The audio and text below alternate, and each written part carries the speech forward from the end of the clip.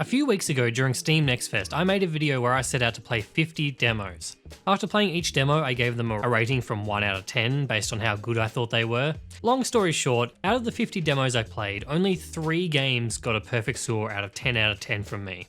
Haste, Broken Worlds was one of those games. I went from not knowing about this game's existence to it immediately shooting up to becoming one of my most anticipated games of 2025.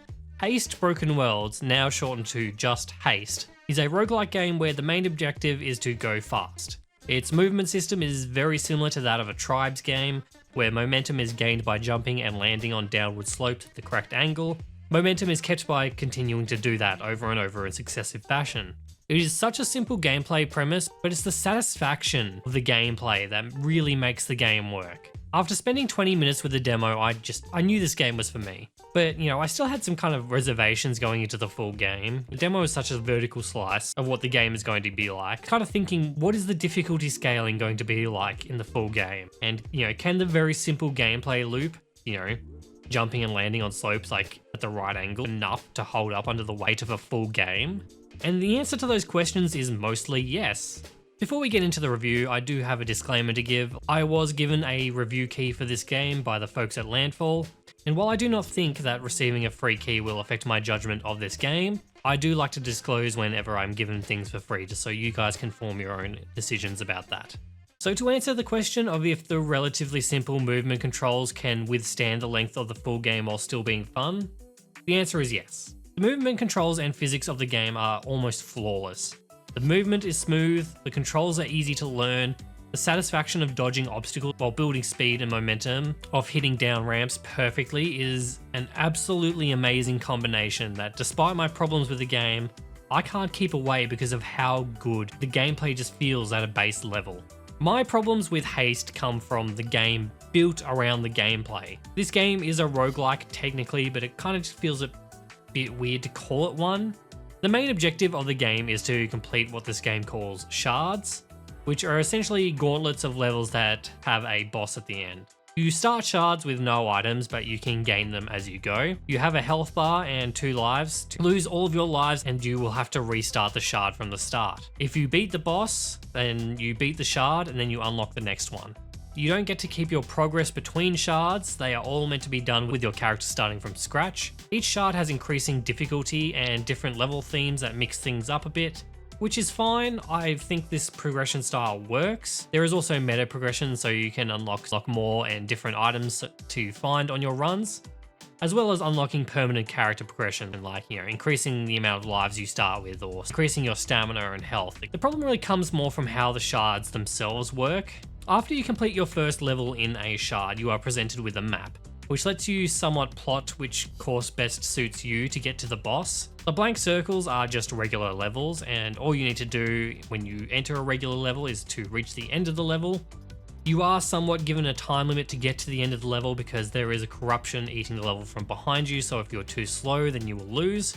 All you need to do is to reach the end of the level without dying, and when you finish the level you are also given a grade on how well you did, which gives you bonus currency based on the rank. The campfire symbols here are health regen areas that also replenish your lives. The shop icon is pretty self-explanatory. It's a shop, you can buy items here.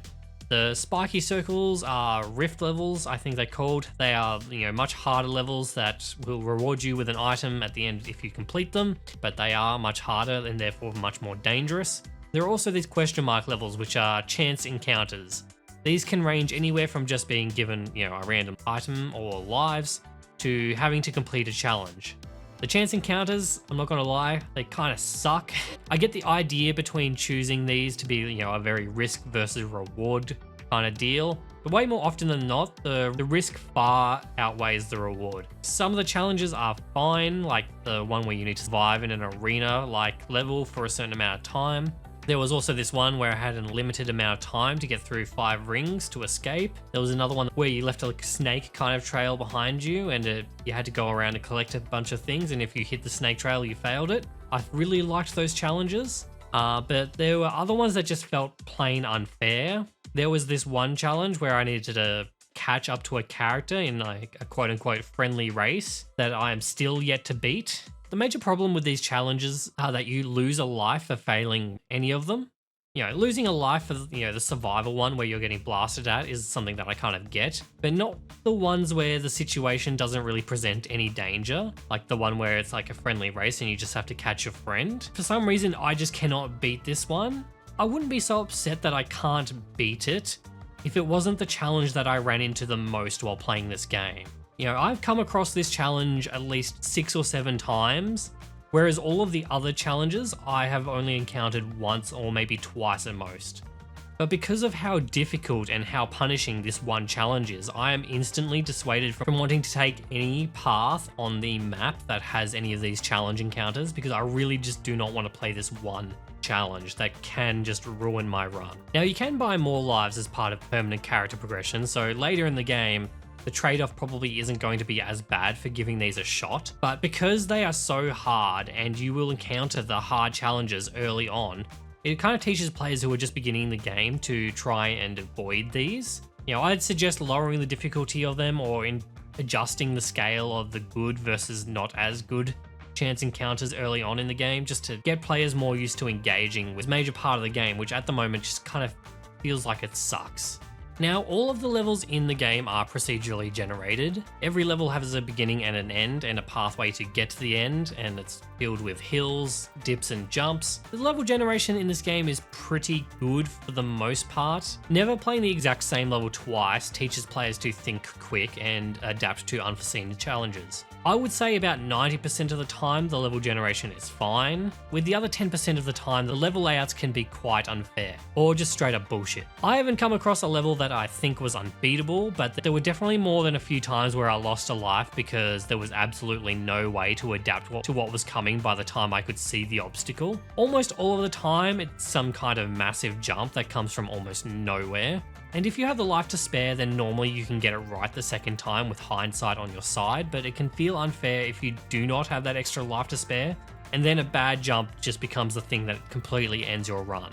With the procedural generation, I also found that there were some levels that just didn't really flow well. Sometimes the slopes and hills of the level can feel too small and flat, and that makes it hard to get any momentum going. Or they can feel like they're guiding you in a direction only for the level to curve, leaving you in an awkward position to try and recover from. Most of the time, you can kind of predict when the curves are coming, but in levels where there are a lot of obstacles and scenery, it can be pretty difficult. This goes double for the rift levels that not only feel like they suffer from this more, but they're also just absolutely devious in their design.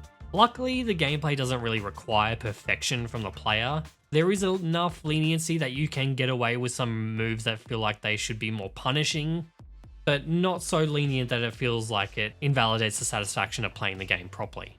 To answer the next question that I had from the demo, what is the difficulty scaling like when it comes to the full game? But it's really, really hard. The first 2 shards in the game I beat with relative ease, but the 3rd shard just has this ridiculous difficulty spike. The base gameplay and levels did get somewhat more difficult, but it's the boss at the end of shard 3 that really amped up the difficulty.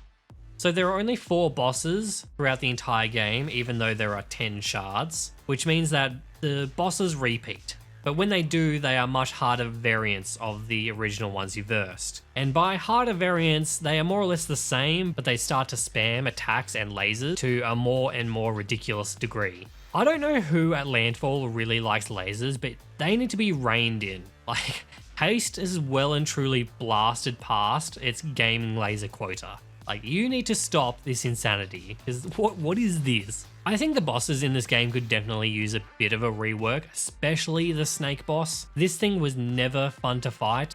I think the idea behind being able to run up his back is cool, but I'm not sure if the intended way to beat him is to actually do that, because it feels like it's impossible to do when there's so much crap just raining down upon you.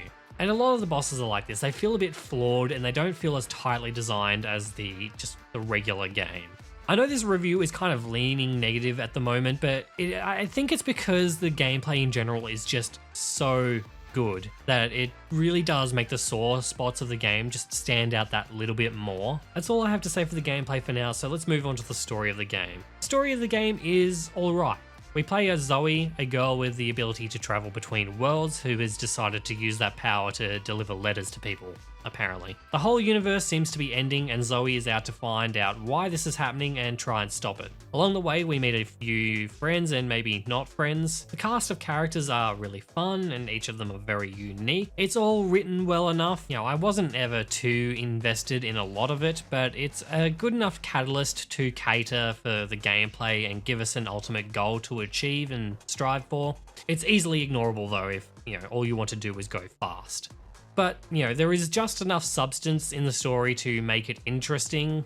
Most of the dialogue is shown in a typical dialogue box, visual novel style. The characters don't really have any animations or many different poses, which kind of leaves a lot of the actions and emotions of the characters needing to be displayed and, explained via text, which I don't really like so much. It's not bad, but there's certainly room for improvement. Although I do really like all of the character designs. Designs are all very varied and detailed and cool.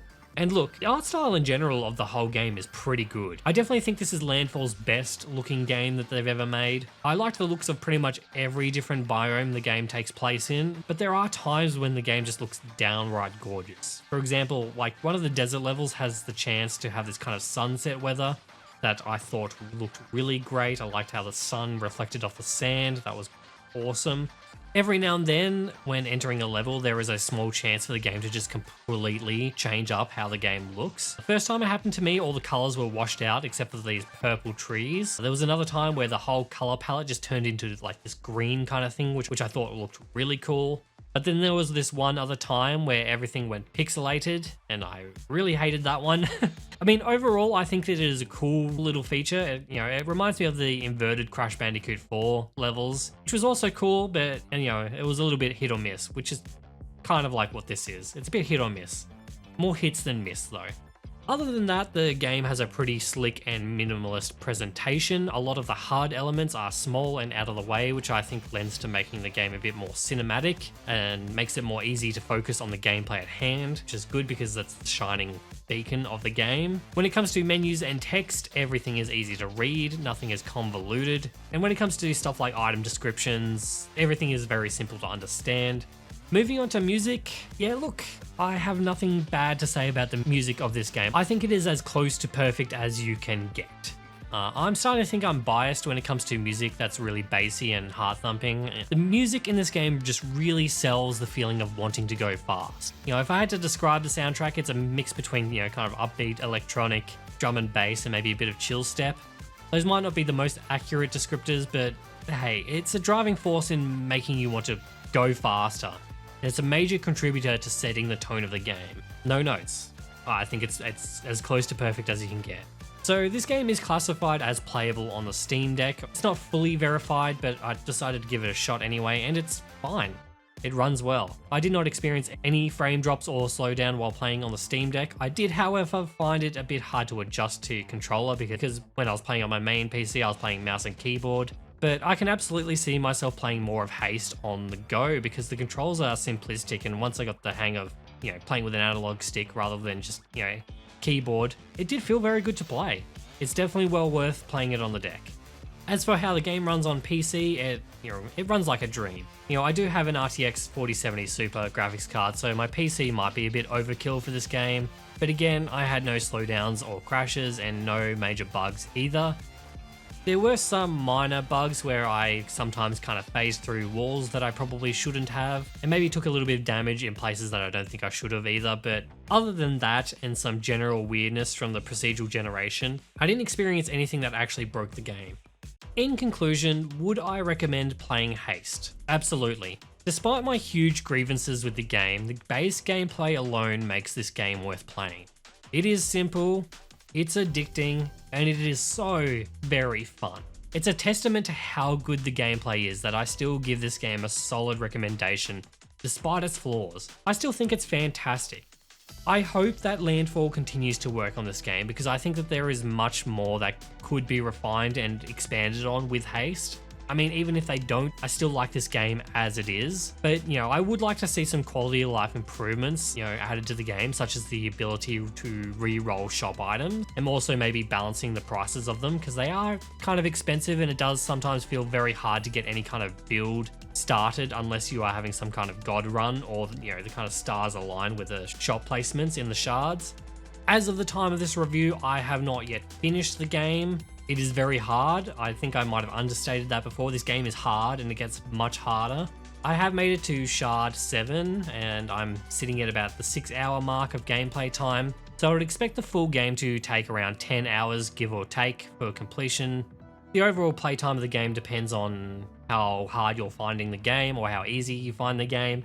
If you complete a shard, there is the option to keep going with your current build on an endless run, so that also depends on how much you like doing that. The game is available to buy now. It's currently on sale until April 9th.